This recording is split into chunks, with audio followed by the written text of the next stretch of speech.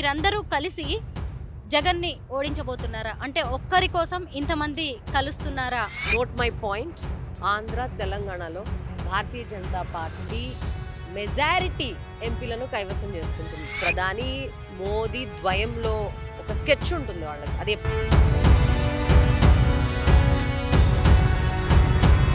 పవన్ కళ్యాణ్ అనే వ్యక్తితో మీకు గతంలో కూడా కాస్త అనుబంధం ఉంది, ఆయనతో కొన్ని అనుభవాలు ఉన్నాయి. ఇందులో జన సైనికులకు నాకు మధ్య భయంకరమైన యుద్ధాలు జరిగాయి.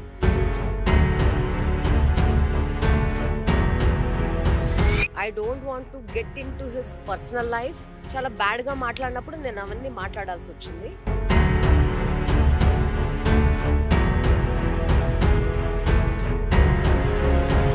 తెలంగాణలో రేవంత్ రెడ్డి పాలన ఎలా ఉంది గమనిస్తున్నారు కదా మీరు ఈ మధ్య కాలంలో. అది అన్ఎక్స్పెక్టెడ్గా జరిగింది. కాంగ్రెస్ పార్టీ అనేది తెలంగాణలో కాంగ్రెస్ పార్టీ ఆఫీసు క్లోజ్ అయిపోయి ఇంకా బూజు పట్టిన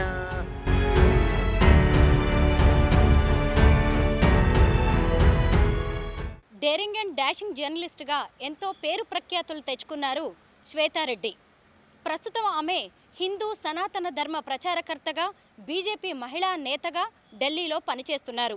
ఇటీవలే ఢిల్లీ టీటీడీ బోర్డు మెంబర్గా కూడా ఆవిడ నియమితులయ్యారు.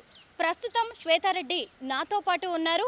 వివిధ రాజకీయ అంశాల మీద మనతో ఆవిడ తన అభిప్రాయాలను షేర్ చేసుకోబోతున్నారు. మనం ఇప్పుడు ఏపీ పాలిటిక్స్ గురించి మాట్లాడుకుందాం. ఇప్పుడు ఎక్కడ చూసినా టీడీపీ, జనసేన, పవన్ కళ్యాణ్ కలిసి పోటీ చేయడం మీదే చర్చ జరుగుతోంది. ఏంటి మీరందరూ కలిసి జగన్ని ఓడించబోతున్నారా? అంటే ఒక్కరి కోసం ఇంతమంది కలుస్తున్నారా? ఇప్పుడు ఏపీ పరిస్థితి అంటే let's see. Bharatiya Janata party అయితే ఆంధ్ర తెలంగాణలో ఖచ్చితంగా మెజారిటీ సీట్లను కైవసం చేసుకుంటుందని మాత్రం చెప్తున్నా. ఎందుకంటే ఈ పొత్తులు ఎత్తులు ఇవన్నీ ఎప్పుడూ ఉంటూనే ఉంటాయి. ఈ పొత్తులు కూడా లాస్ట్ మూమెంట్లో ఏమవుతుందో తెలియదు. కానీ నేను కన్స్ట్రక్టివ్గా నమ్మేది ఏంటంటే ప్రధాని మోదీ ద్వయంలో ఒక స్కెచ్ ఉంటుంది వాళ్ళకి. అది ఎప్పటికీ బయటపడదు. మీకు రిజల్ట్ వచ్చినప్పుడే అది అర్థం అవుతుంది. ఇప్పుడు ఎంత చెప్పినా మీడియాతో ప్రెస్తో ఏం చెప్పినా ఈ జరిగేదంతా బాహ్య ప్రపంచానికి ఒక సినిమా, ఒక డ్రామా, పొలిటికల్ డ్రామా. కానీ రిజల్ట్ వచ్చిన తర్వాతనే వీళ్ళ స్కెచ్ ఏందో అర్థం అవుతుంది. కాబట్టి నోట్ మై పాయింట్. ఆంధ్ర తెలంగాణలో భారతీయ జనతా పార్టీ మెజారిటీ ఎంపీలను కైవసం చేసుకుంటుంది. పవన్ కళ్యాణ్ అనే వ్యక్తితో మీకు గతంలో కూడా కాస్త అనుబంధం ఉంది, ఆయనతో కొన్ని అనుభవాలు ఉన్నాయి. ఇప్పుడు అతని రాజకీయ అడుగులు ఎలా ఉన్నాయి అనుకుంటున్నారు? అంటే ఇప్పుడు బీజేపీ కోసం అని చెప్పి మళ్ళీ 3 సీట్లని త్యాగం చేశారు. 24 ముందు ప్రకటించేసి తర్వాత 21 సీట్లకి ఆయన అంగీకారం తెలిపారంటే త్యాగం చేశారు. అంటే ఇప్పుడు తను చేస్తున్నది కరెక్టేనా? అంటే అంతకుముందు కూడా ఒక 3 లోక్సభ సీట్లని ప్రకటించి మళ్ళీ బీజేపీ కోసమని రెండిటికి ఆయన కన్ఫైన్ అయిపోయారు. ఇది కరెక్టేనా? పవన్ అడుగులు సరిగ్గానే పడుతున్నాయి అనిపిస్తోందా మీకు? టు బి ఆనెస్ట్, మధ్యలో జన సైనికులకు నాకు మధ్య భయంకరమైన యుద్ధాలు జరిగాయి. కానీ ఇప్పుడు నేను సనాతన ధర్మంలో ఉన్న ఈ కషాయంలో ఉన్నాను. దట్టు ఆయన అలయన్స్లో ఉన్నట్టున్నారు. కాబట్టి నేను ఆయనను ఒక మంచి అన్నలాగో సోదరుడిలాగో నేను చూడాలనుకుంటున్నాను. ప్రొఫెషనల్గా మాట్లాడదాం. I don't want to get into his personal life. I don't want to dig into his personal life. Why? Because నా గురించి చాలా బ్యాడ్గా మాట్లాడినప్పుడు నేను అవన్నీ మాట్లాడాల్సి వచ్చింది. బట్ అది ఒక స్థాయిలో ఫుల్ స్టాప్ అయిపోయింది. ఇప్పుడు నేను ప్రొఫెషనల్గా యాజ్ ఎ ప్రొఫెషనల్ పొలిటీషియన్ అని మాట్లాడాలనుకుంటున్నాను. ఫస్ట్ పవన్ కళ్యాణ్ గారు పార్టీ పెట్టినప్పుడు I expected a lot as a patrakar. నేను 2014 I think so first Janasena announce చేసింది. 2014 ఆ టైంలో కదా ఫస్ట్ అనౌన్స్ చేసినప్పుడు ఆయన ఎథిక్స్, ఆయన మారల్స్, ఆయన vision towards the development of the society, ఆయనకి సెక్షన్ ఆఫ్ ఫాలోవర్స్ ఉన్నారు. ఎందుకంటే ఆయన ఇండస్ట్రీలో చాలామంది ఫ్యామిలీస్కి హెల్ప్ చేస్తారు. తర్వాత ఆయన ఎర్నింగ్స్లో కొంచెం percentage of the money social సర్వీసెస్కి ఇస్తారు. ఎవరైనా పోయినా కాదనకుండా ఇస్తారు అనేది నాకు తెలుసు, నేను విన్నాను. అండ్ అప్పుడు ఆయన అప్పట్లో ఉన్న ఆ power, he's been popularly known as power star. అప్పట్లో ఉన్న పవర్, అప్పట్లో ఉన్న ఒక జోష్, కొత్త పొలిటికల్ పార్టీకి నేను ఒక ప్రెసిడెంట్, నేను ఒక అధ్యక్షుడిని, నా రథాన్ని నడిపిస్తున్నా అనే ఒక ఫోర్స్ ఇప్పుడు లేదు. నేను ఒక ఓటర్గా అనలైజ్ చేస్తున్నా, లేదంటే ఒక ఒక ఒక ఆడపడుచుగా అనుకోవచ్చు. ఎందుకంటే వీర మహిళలు కూడా ఆడపిల్లలే. ఏ పార్టీ అయినా, ఏ రిలీజియన్ అయినా, ఏ కంపెనీ అయినా ఆడ అనే ఒక కమ్యూనిటీ తరపున మాట్లాడుతున్నాను నేను. వీర మహిళలు ఉన్నారు కాబట్టి ఒక ఒక చెల్లిగానో అక్కగానో నేను చెప్తున్నా, ఒక ఓటర్గా చెప్తున్నా. అది లేదు. సి మీకు మీకు ఒక వ్యవస్థ నడిపించే కెపాసిటీ ఉంది అనుకొని విశ్వసించి మీరు వచ్చినప్పుడు అదే ఎమోషన్, అదే ఎథిక్స్. ఇప్పుడు నేను 2019లో ఎంటర్ అయ్యాను. చాలామంది మీకు పదవి లేదా, పదవి లేదా మీలాంటి వాళ్ళు అడుగుతూ ఉంటారు. ఏ ఒక మహిళా నేత లీడర్ కదా, ఇది అందరికీ सभी कार्यकर्ताओं को बोलना चाहती हूँ मैं, सब एक भारतीय जनता पार्टी कार्यकर्ता मेंबरशिप जो लेते हैं ना आज, वो भी लीडर है. हर एक कार्यकर्ता लीडर बोल सकते, जो आवाज उठाते, जो चीजों के बारे में पब्लिक को कम्युनिकेट करते, जो सोशल इश्यूज और पब्लिक इश्यूज के बारे में बहुत आवाज से बोलते, वो लीडर बोलते. लीडर का काम क्या है? देखो ये पानी नहीं आ रहे, एमसीडी देखो, अरे ये रोड ठीक नहीं है, हाँ एनडीएमसी आओ, ऐसा बोलने का, कम्युनिकेट करना. ఎవ్రీ కార్యకర్త. ఇది తెలంగాణలో కూడా చాలా మంది పదవి లేక మన తెలంగాణ హెడ్ ఆఫీస్ల చుట్టూ తిరిగి, ఇక్కడ ఢిల్లీలో కూడా హెడ్ క్వార్టర్స్ చుట్టూ రోజుకి కొన్ని వేల మంది మహిళలు తిరుగుతున్నారు. దాంట్లో యువత కూడా ఉన్నారు, యువ మోర్చా ఉన్నారు, తర్వాత మహిళా మోర్చా ఉన్నారు. పాపం వీళ్ళకి ఏ మోర్చాల్లోనూ పదవులు లేవు. అలాగే ఒక Shweta Reddy, I'm proud to say that I'm mahila neta of Bharatiya Janata party, I'm proud to say that I'm karyakarta of Bharatiya Janata party. Today I'm rising voice across the nation. నేను భారతీయ జనతా పార్టీ గురించి, మోదీ గురించి, మన సనాతన ధర్మం గురించి ఏం చెప్పినా దేశం చూస్తుందిరా భయ్. ఇంకంతకన్నా ఏం కావాలి? పదవులు ముఖ్యం కాదు, మీరు ఎట్లా పనిచేస్తున్నారో ముఖ్యం. సో మాకు పదవులు లేవు అని అవమానంగా ఫీల్ అవుతున్న ప్రతి ఒక్కళ్ళకి, మీకు ఏం పదవి ఉంది అని చెప్పి మొహం మీదే అడిగి అవమానించే పత్రికా జర్నలిస్టులకి నేను ఇదే చెప్తున్నా, నాకు పదవి లేదండి.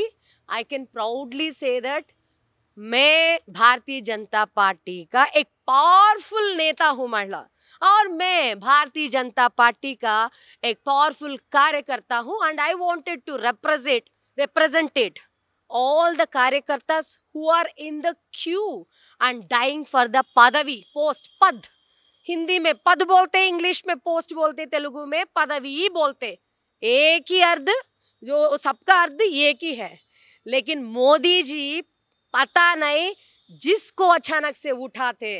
అట్లా పార్లమెంట్కి పదవులు లేక మెంబర్షిప్ లేనోళ్ళు కూడా ఎట్లా సుధామూర్తి రాజ్యసభ సభ్యురాలైంది? సుధామూర్తి ఏమైనా మెంబర్షిప్ తీసుకుందా భారతీయ జనతా పార్టీలో? సుధామూర్తి ఏమైనా క్యూలో నిల్చుందా భారతీయ జనతా పార్టీలో? అరే సీనియర్ సిటిజన్, వంటల గురించి మాట్లాడుతుంది, కాపురాల గురించి మాట్లాడుతుంది, మన ఇళ్లలో వ్యవస్థలు ఎట్లుండాలో మాట్లాడుతుంది. ఇంత స్పీడ్ అండ్ ఎనర్జీ ఇతనా ఉమర్మే ఆమె చూసి నేర్చుకోవాలి. సడన్గా రాజ్యసభ వచ్చింది. అట్లా మనలాంటి పదవులు లేని మాణిక్యాల్లాంటి, వజ్రాల్లాంటి మహిళా నేతల్ని ఎప్పుడు మోదీజీ ఇలా పట్టుకుని బయటికి తీస్తారో.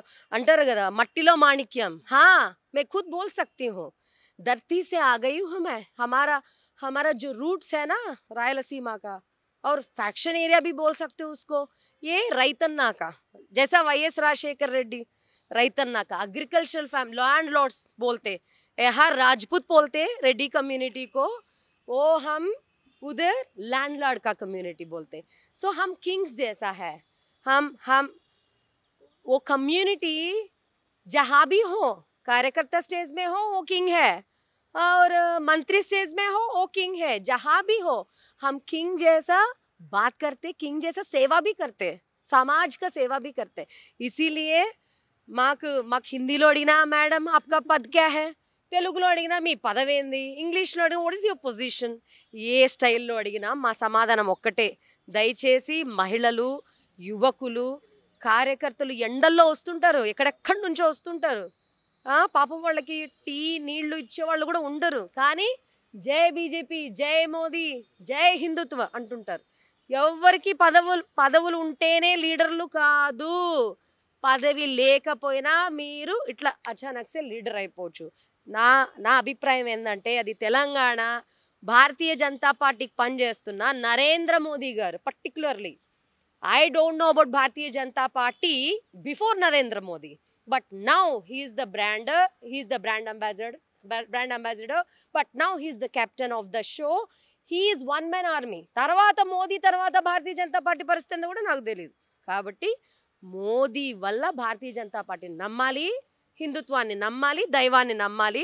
మన దేశాన్ని రక్షించే ఏకైక విశ్వగురువు, ఇప్పుడు పొలిటికల్ అయిపోయినాక ఆయన విశ్వగురువు నమ్మాలి. సో ఆయన మనల్ని గుర్తించాలంటే మీకు పదవులు ఏం అవసరం లేదు నాయన, మీరు ఆవాజ్ ఉఠాओ బస్, మిమ్మల్ని ఆయన గుర్తిస్తాడు.